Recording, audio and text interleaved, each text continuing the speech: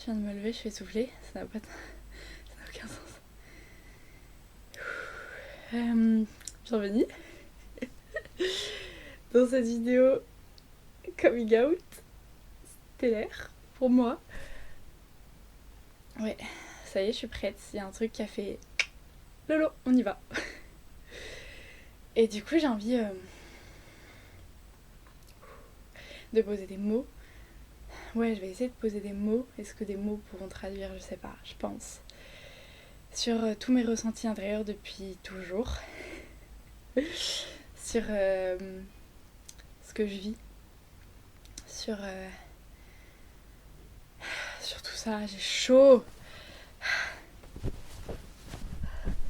C'est hyper challengeant.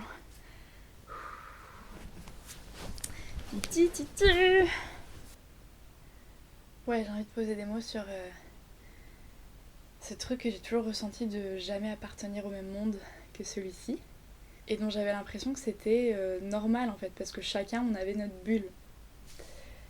Et quand même, après, j'ai vu qu'en fait c'était peut-être pas si l'évidence pour tous.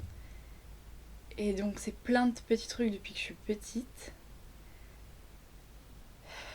Et moi ça s'est pas forcément vécu par une forte sensorialité ou des choses comme ça. Mais tu vois, un des trucs moi que j'ai toujours ressenti et que du coup je vais partager, c'est un sentiment d'hyper vitesse intérieure qui se traduit là du coup dans le physique, mais aussi dans toute ma vie, notamment quand j'étais à l'école, j'étais toujours la plus rapide. Mes profs à chaque fois ils étaient là, qu'est-ce qu'il y a quoi. Et en gros j'aime bien le décrire en parlant de Mario Bros. Si t'as eu Mario Bros, en tout cas sur DS c'était ça. Quand t'as Mario Bros et que t'as l'étoile, t'es tout multicolore et ça fait genre tu sais, il y a un truc qui galope genre comme ça.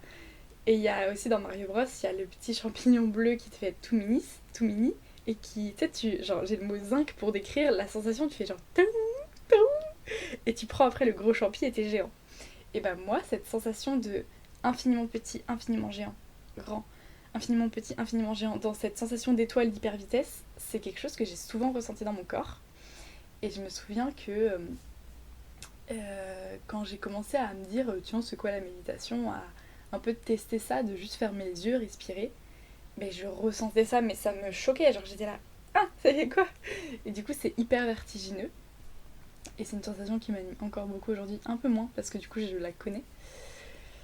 Et donc si ça s'est vécu quand même dans des trucs comme ça, mais pas, pas forcément dans une hypersensorialité depuis petite, mais maintenant elle se développe énormément, genre maintenant je sens que je sens beaucoup plus d'odeurs, j'entends beaucoup plus de choses qu'avant. Là notamment je suis dans un immeuble et du coup avant je captais pas trop la vie des voisins et j'ai l'impression maintenant d'entendre des voix, enfin des choses qui viennent, je le sais, de l'immeuble que avant je captais pas. Donc il y a quelque chose de plus subtil qui m'anime en ce moment. Et ouais, j'ai toujours été beaucoup dans, je sais pas, dans mon monde intérieur, dans ma bulle. J'ai toujours eu besoin d'être beaucoup dans mon imaginaire. Quand j'étais petite, je me souviens des trajets en voiture. J'adorais ça, avoir des heures pour moi seule, cocoonée, bien à l'abri et à rêver de plein de trucs. Depuis que je suis jeune, je me lève. Enfin, quand j'étais jeune, je me levais hyper tôt parce que l'école pour moi était un enfer de rester assis. C'était horrible.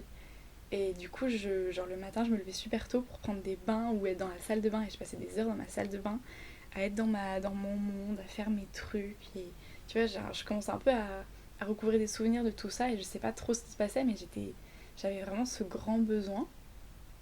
Et je me dis que j'ai eu cette chance de ne pas avoir des parents qui... voilà, oui, j'ai toujours été différente, mais parce qu'on l'est tous. Et donc, qui m'ont pas emmenée chez un médecin qui a dit elle est hypersensible, elle est multipotentielle, elle est au potentiel. Ça me ça me coince. Et je sais qu'il y a plein de parents qui ont besoin de ça parce que par rapport à ce que le système veut, d'avoir des enfants qui sont trop différents, c'est compliqué, je l'entends. Mais moi, ça me heurte énormément parce que je sais que j'aurais pu être en fait de ces enfants-là. Bien que j'avais le bon profil qui fitait parfaitement parce que j'étais toujours première de la classe et que du coup, tu vois, ça le faisait. Mais par contre, à l'intérieur, c'était en souffrance énorme. Je suis née le jour de la rentrée, je suis née le 3 septembre, donc je pleurais à mes anniversaires. L'école, c'était à la fois un espace où, en effet, moi, genre, j'y arrivais, mais du coup, je m'ennuyais, j'étais pas stimulée, ça me saoulait. Mais je me sentais pas du tout plus intelligente ou quoi, c'était pas ça, c'était juste que je sais pas, genre je n'accordais pas du tout l'importance que tout le monde accordait à tout ce qui visiblement était important. Et ça me saoulait du coup de devoir faire ça. C'était plus ça. Mais en fait, plus je me souviens, plus je capte que j'avais déjà plein de ressentis hyper subtils. Et voilà, là c'est mon coming out de te parler de toute ma relation avec l'invisible. Parce que j'ai plus peur. Et maintenant je suis dans un espace de mais pourquoi j'ai eu autant peur de ça alors que pendant pendant des mois et des mois c'était impensable. Du coup ça me fait rire de voir que je passe des steps et qu'à chaque fois je suis là, j'oublie ce que j'ai pu être en mode mais pourquoi j'avais peur alors que si c'était beaucoup trop énorme d'avant. Et ça fait pas si longtemps que c'est en conscient chez moi. Ça fait depuis mars 2020, juste avant le confinement. Et putain, moi c'est ce qui vraiment me rend heureuse en fait, me crée une paix intérieure parce que ça crée une complétude, parce que juste être dans le visible, c'est pour ça que moi j'avais toujours la sensation qu'il manquait quelque chose en fait, je pense. C'est que juste être dans le visible, bah non, c'était pas vrai, tu vois, je savais il manquait quelque chose. Et en fait, en effet, quand il y a l'invisible, ah bah il y a toute la deuxième partie du monde qui est énorme en fait et qui, moi j'ai l'impression, régit 80% de ma vie. Et j'ai des envies de vomir à dire ça, c'est bizarre. Tu vois, voilà, je suis vachement à l'écoute de mes sensations. Et j'ai aussi atterri dans une famille qui n'était même pas du tout spirituelle à la base, bien que maintenant ça s'open dans la MIF. Mais il y avait quand même cette bienveillance, cette attention à l'humain, donc à qui j'ai été, à qui j'étais, à qui je suis. Et ce soin voilà, du vivant, mes parents étaient beaucoup aussi dans l'écologie, etc. Donc je sais que j'ai eu quand même cette chance d'atterrir dans une famille qui a pris soin de qui je suis et de voir que ma différence, c'était juste pas une différence, c'est moi. Et ça, c'est fou. Et voilà, j'ai eu l'espace d'être moi-même. Merci pour ça d'ailleurs. Et c'est du coup, pour moi, dans ma vie à l'école, que ça a été genre. Je pense que j'ai littéralement mis une chape de plomb sur tout ce que j'étais. Et du coup, j'ai tellement souffert. Enfin, je me souviens que au collège, j'ai vraiment pris conscience à quel point je me suis cachée et que c'est pour ça que j'étais aussi malheureuse et en souffrance. Et je me suis perdue, quoi. Et du coup, là, maintenant que je me suis retrouvée, j'ai capté ça. Et en fait, par rapport à de tout ce que j'avais capté des systèmes, j'ai toujours été en hyper conscience de comment les systèmes fonctionnaient. Je pense que j'ai capté très jeune, mais tu vois, ça je m'en souviens pas, mais que si j'étais moi-même, j'allais me faire harceler en fait, tellement je suis différente.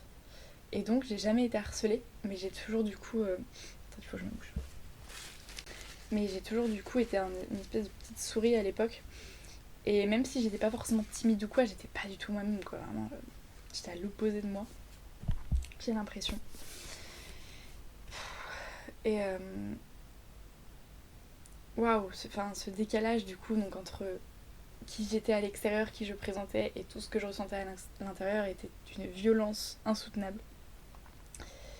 Et donc ça, je sais que c'était ma sensibilité, du coup je pleurais beaucoup, mais beaucoup, je sais pas, mais je pleurais, j'étais très émotionnelle, mais pas, je sais pas comment dire, c'était jamais dramatique. Et parce que justement j'avais aussi cette chance qu'à la maison c'était accueilli, et c'était accueilli tel que c'était pas accueilli en mode elle est sensible, tu vois, pas du tout. Donc ça c'est chouette. Et j'ai eu beaucoup de chance pour ça. Parce que du coup jamais, j'ai toujours su que c'était ma force, cette grande vulnérabilité. Et qu'en plus après j'ai osé le dire du coup à mes potes. Je sais que par exemple, tu vois, dans mon groupe de potes, on sait que Lolo elle pleure souvent, tu vois. Mais par contre, maintenant, et en plus de moins en moins, quand je pleure, les gens ont peur ou sont mal à l'aise. Chacun a son histoire, donc certains vont l'être encore, mais parce qu'ils savent qu'en fait, à chaque fois, ça va créer un grand soleil après parce que j'ai besoin de passer la tempête et le nuage. Et après, genre, je suis comme une gosse qui, après avoir pleuré, est trop heureuse et rayonne. Donc voilà, je sais aussi que j'ai pu, en assumant de plus en plus qui je suis, permettre aux gens aussi d'avoir un autre regard sur la sensibilité et les émotions. Et je sais que maintenant, on me remercie toujours pour ça, donc c'est assez incroyable. Et puis parce que pour moi, une émotion, c'est une messagère. Et donc quand je l'accueille, que je m'identifie pas, mais juste que je laisse passer le truc, et que j'accueille son message, à chaque fois après, c'est des pépites. Et donc dans le collectif aussi. Et waouh, je suis en... je sais pas trop ce que je vais dire dans cette vidéo, je sens que ça va durer hyper longtemps, j'ai besoin de tout déposer. Tout, je sais pas, mais... Donc ouais, déjà il y a tout ça. Et je me souviens que très tôt, du coup, beaucoup plus tôt que plein de gens, je me suis... je sais pas, j'ai un focus relation amoureuse là qui me vient. Je me suis du coup trop intéressée aux relations amoureuses, qui étaient à l'époque hétéro du coup. Et du coup j'étais trop... Enfin je sais que j'ai l'impression dans ma vie de jeune, adolescente et tout, j'étais pas mal à fond là-dessus. Parce que c'était une... Je sais pas, un endroit pour moi où je me sentais plus mature, plus vue telle que j'étais. Et, euh, et donc j'ai vachement été là-dedans. Mais aussi du coup très jeune, dans le besoin de déconstruire le couple tel qu'on le connaissait, l'exclusivité, d'essayer toujours de comprendre je suis jalouse, mais je sais que c'est pas une histoire de l'autre ou quoi, je sais que c'est moi en fait, c'est moi qui ai des blessures, il faut que j'aille les voir. Et depuis que je suis jeune, tu vois, j'écrivais tous ces trucs-là. Je me souviens du nombre de trucs que j'écrivais, je me faisais des questions à moi-même, je me souviens que j'étais en cinquième, j'avais commencé une relation.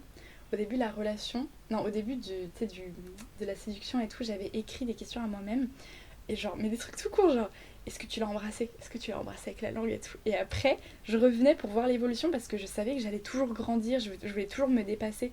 J'ai toujours été, mais avant c'était un peu douloureux dans une compète avec moi-même, mais j'ai toujours voulu dépasser, j'ai toujours vu que bah, tiens, je vis ça, genre, je sais pas moi, je vis telle peur avec quelqu'un, je me sens pas à l'aise, bah je vais pas me résigner, tu vois, il faut que je trouve les trucs à l'intérieur de moi pour transmuter et être à l'aise. Mais j'ai toujours fonctionné comme ça. Et ça me fait rire parce que tu vois, là j'ai une image de moi qui n'arrive pas à plonger. Dans le physique, je n'y arrivais pas. Genre, j'ai toujours eu peur de plonger la tête la première dans l'eau, alors que j'adore l'eau, j'adore. Tu vois, il y a des trucs, je me dis, mais c'est pas cohérent dans la façon de voir les choses. Mais par contre, plonger dans l'eau, et j'ai un peu réussi depuis là. Mais le physique, quand j'avais des peurs physiques comme ça, j'avais pas ce truc en moi qui arrivait à les dépasser, je me sens pas très sportive et tout. Par contre, dès que c'était émotionnel, intérieur, mais là, j'ai toujours fait ça en fait. Et j'ai toujours été en hyper introspection, à comprendre mes mécanismes, et du coup ensuite à changer ma vie en fait, et du coup à toujours vouloir être mieux dans mes relations, vouloir toujours être plus un soleil pour les autres, vouloir toujours ça. J'ai vraiment toujours été animée de ça. Mais du coup, parfois aussi dans un espace où je me culpabilisais parce que là j'étais pas assez bien, parce que là j'étais trop timide, parce que machin, et ça c'était dur aussi. Et donc en fait, du coup dans mon parcours scolaire, bah c'était, ouais, j'ai l'impression de m'être niée, mais tellement, pendant tellement longtemps. Et ça me saoulait d'apprendre des choses que d'autres humains avaient créées, alors que moi j'étais là, je pense que tu m'as déjà entendu dire cette phrase, mais je suis un putain d'être humain, moi aussi je peux être à la base en fait du savoir, mais juste j'ai besoin d'espace. Et comme là du coup on est tout le temps à me faire ingurgiter des choses, j'ai pas l'espace et ça me saoule. J'avais pas l'espace pour réfléchir, pour expérimenter et moi-même arriver en fait à la source de ce qu'on m'apprenait. Et ça, j'avais trop besoin. Et à la fac, c'est ça, ça a fait ch'ting. Et j'étais là, putain, j'en ai marre. J'arrête, je suis pas assez stimulée. Je vais faire mes propres expériences pour moi-même comprendre tout ça, tu vois. Et c'est ce que je vis. Donc, putain. Et ça s'est vécu aussi pas mal. En mode colère aussi, moi. Ouais. Mais la colère a toujours été. En fait, une colère parce que je me suis sentie impuissante par rapport au cadre qu'on m'imposait. Je me suis toujours sentie. Ah, tu vois, voilà. Toujours comme ça, genre enfermée, étouffée. Et du coup, ça s'est manifesté en colère, qui du coup, je me sentais impuissante dans ces moments-là. Mais en fait, j'ai capté que la source de ma colère, c'est ma puissance énorme qui est juste en train de dire à tout le monde, mais fuck, arrêtez de m'enfermer, je suis hyper puissante et je sais tout ça. Et du coup, genre, ça a été mon déclencheur, tu vois. Et qui m'a permis à chaque fois en fait de protéger ma vivance et ma valeur en mode je sais qui je suis, arrêtez de vouloir me dire qui je suis, qui je dois être, ça me saoule. Et au début j'en avais pas conscience comme ça, mais maintenant j'ai cette vision là et ça fit bien avec mon ressenti.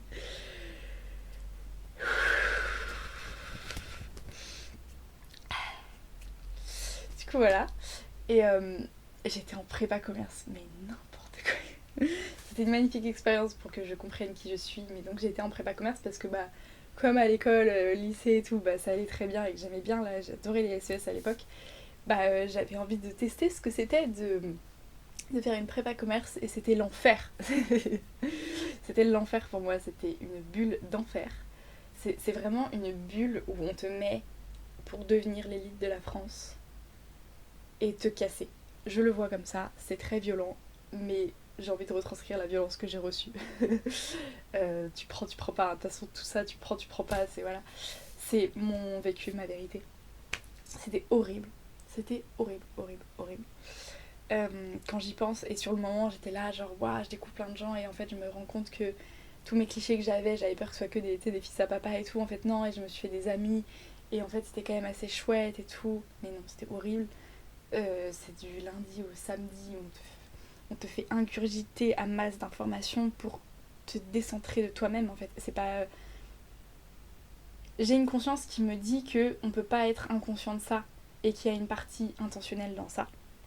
Mais les profs et tout qui le font ne sont pas forcément conscients de ce qu'ils sont en train de faire. Comme des professeurs à l'école, ils sont pas forcément conscients qu'ils sont en train de reproduire des copies conformes dans le système école, tu vois. Je sais qu'il n'y a pas forcément cette conscience-là et que du coup c'est pour ça que pour moi la violence elle est encore plus difficile parce qu'elle est presque invisibilisée parce que c'est des êtres humains et des êtres humains qui reproduisent toute cette violence pour moi et qui fait qu'en fait on s'en rend même pas trop compte.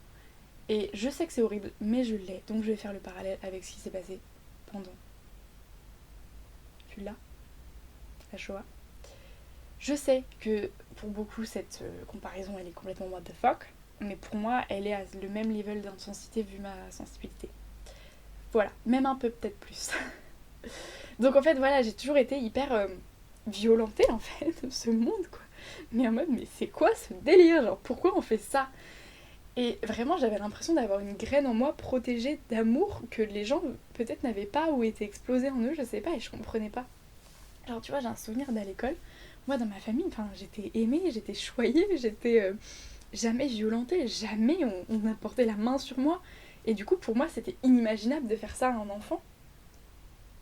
Et en fait, j'ai vu que c'était normal. J'ai vu que c'était normal.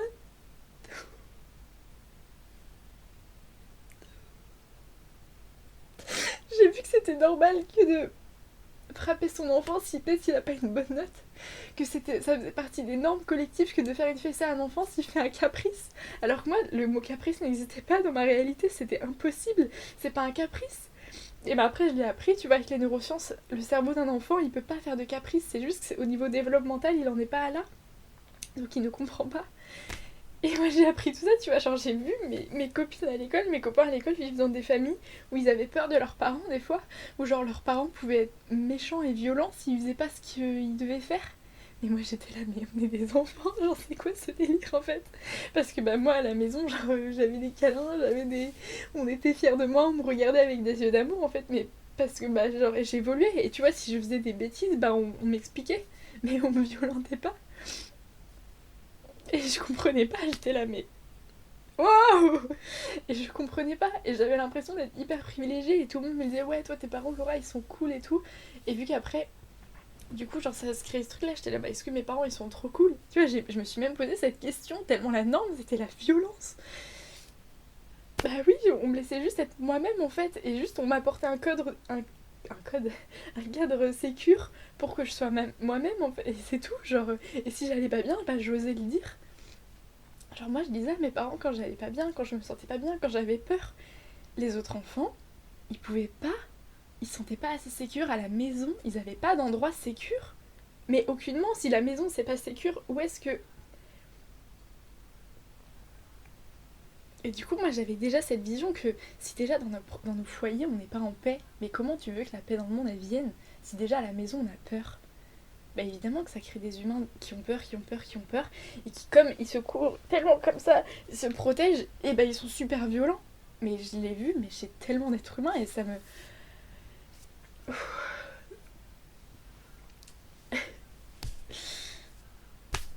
Et je comprenais pas quoi. Et du coup quand j'ai quitté la prépa, t'as vu je fais un petit fil conducteur là. Quand j'ai quitté la prépa, bah je me suis dit je vais à la fac, enfin, j'étais encore dans le moule, il faut faire des études maintenant. Et je suis allée en AES, c'est un truc d'éco, socio, droit et tout. Et en fait, comme je suis passée dans ce truc où genre je bossais du lundi au samedi, je crois qu'à la fac j'avais genre 20-25 heures de cours, bah j'avais envie de faire plein de trucs. J'avais genre, tu sais, genre le ciel s'est ouvert en mode oh waouh, la vie c'est ça! Et du coup, je suis allée, j'ai demandé un peu à mes potes qui faisaient d'autres cursus que moi à la fac, et je suis allée notamment avec des potes qui sont là en psycho, et là. Et la révélation en fait. Des trucs que j'entendais à la maison de psycho, de communication relationnelle, de trucs d'introspection et tout, de mécanismes psychiques. Et là, genre, c'était ça. Et du coup, ça te permet scientifiquement de comprendre des trucs. Et puis à chaque fois, bah, tu te relis parce que tu te dis putain, mais ouais, moi aussi je l'ai vécu. Et j'étais là, genre, c'est trop bien. Et du coup, je me suis dit, bah, je vais aller en psycho. Mais, je te passe les détails, Parcoursup, tout ce délire. Du coup, j'ai pas pu. Du coup, je suis allée en sociologie en faisant un peu de psycho. Et là, du coup, tout ce que je t'ai dit, c'est des normes. J'ai aussi capté, même si je l'avais déjà un peu capté au lycée, ce truc-là que, ah oui, en fait, une société, c'est une culture, c'est que des constructions sociales. Et j'ai beaucoup déconstruit aussi de choses sur le genre et tout. Et là, à chaque fois, je me posais plein de questions et je me suis passionnée. Il faut que je me mouche encore. J'arrive. De toute façon, là, t'as pris ton temps, t'as pris un thé, t'es en mode tranquille. Ah, j'ai soif. Non, mais j'ai besoin de... Ce que je te dis, c'est chargé. Ouais.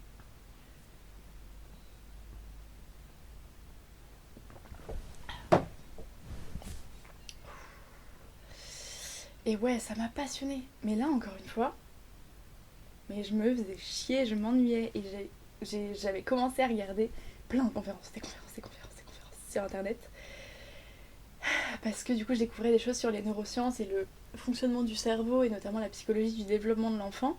Et qu'à l'école, on faisait tout l'inverse. Du coup, on savait comment faire pour que les enfants soient épanouis eux-mêmes à leur maxi potentiel à l'école. On le sait tout ça depuis des années, vraiment. Et on le fait pas. Et on continue.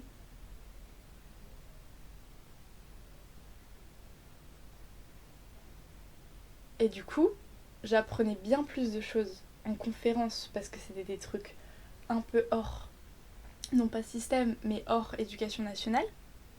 J'étais là, mais pourquoi? Putain! Et donc moi-même, en fait, à la fac, bah, je ressentais ça, tu vois, même si j'étais plus une enfant, bah, que ça allait à l'inverse de moi, ma curiosité et tout, tu vois. De comment moi je fonctionnais et que ça me cassait à chaque fois et j'avais pas envie d'étudier et ça me cassait les couilles. Et du coup, je me suis dit, oh, j'arrête, c'est mort. C'est bon, ça sert à rien, c'est bon, j'ai assez donné. Et il y avait une conviction en moi et je sais que depuis que je suis petite, on m'a fait confiance. Pour moi, c'est ça, c'est la confiance inconditionnelle. Ce qui fait que moi-même, ensuite, quand mes parents m'ont tellement fait confiance, que j'ai trouvé ce grain de confiance en moi de mais je peux me faire confiance en fait. Et donc, à ce moment-là, j'étais là, mais pourquoi je fais des études? Parce que là, ça me stimule plus. Bah, c'est pour qu'à la fin, par rapport à toute la société, bah, j'ai un diplôme, tu vois, parce que bah, sinon, apparemment, c'est galère. Et en plus, tu vois, c'est ça, genre, on est au lycée, en termes, moi en SES, j'apprenais tous les chiffres du chômage et comme quoi la société c'est de la merde et qu'on va tous galérer. Mais t'imagines, t'apprends ça, enfin évidemment que t'as pas envie. Moi j'ai jamais eu envie d'être adulte, je voulais pas être adulte, c'était mort être adulte.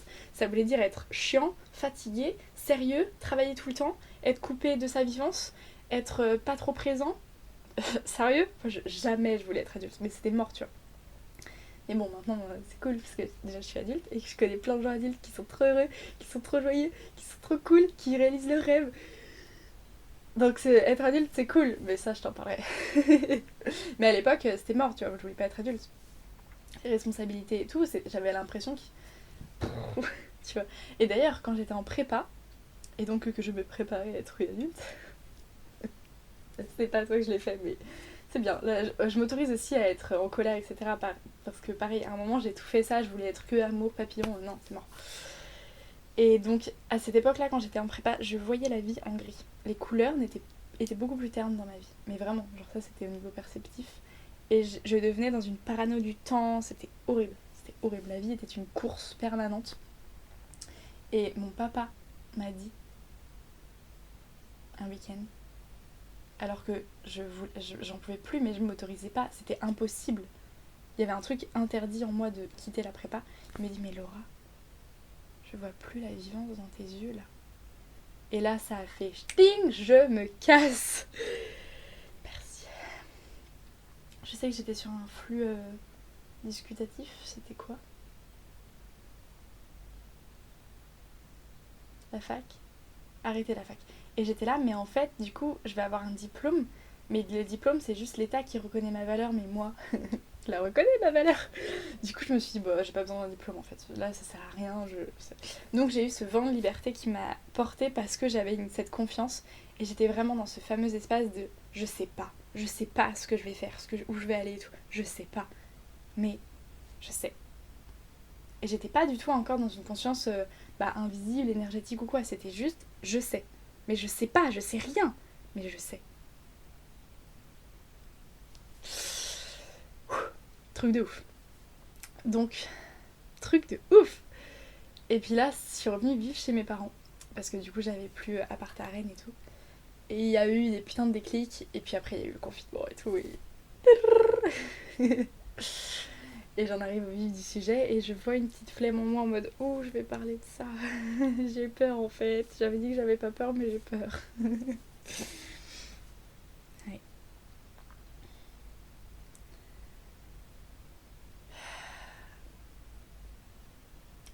Je vais accepter. Il y aura une partie 2. Je vais accepter que c'est pas le moment. Je suis. C'est beaucoup émotionnellement.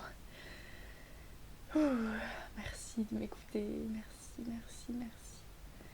Je te fais une partie 2 ASAP.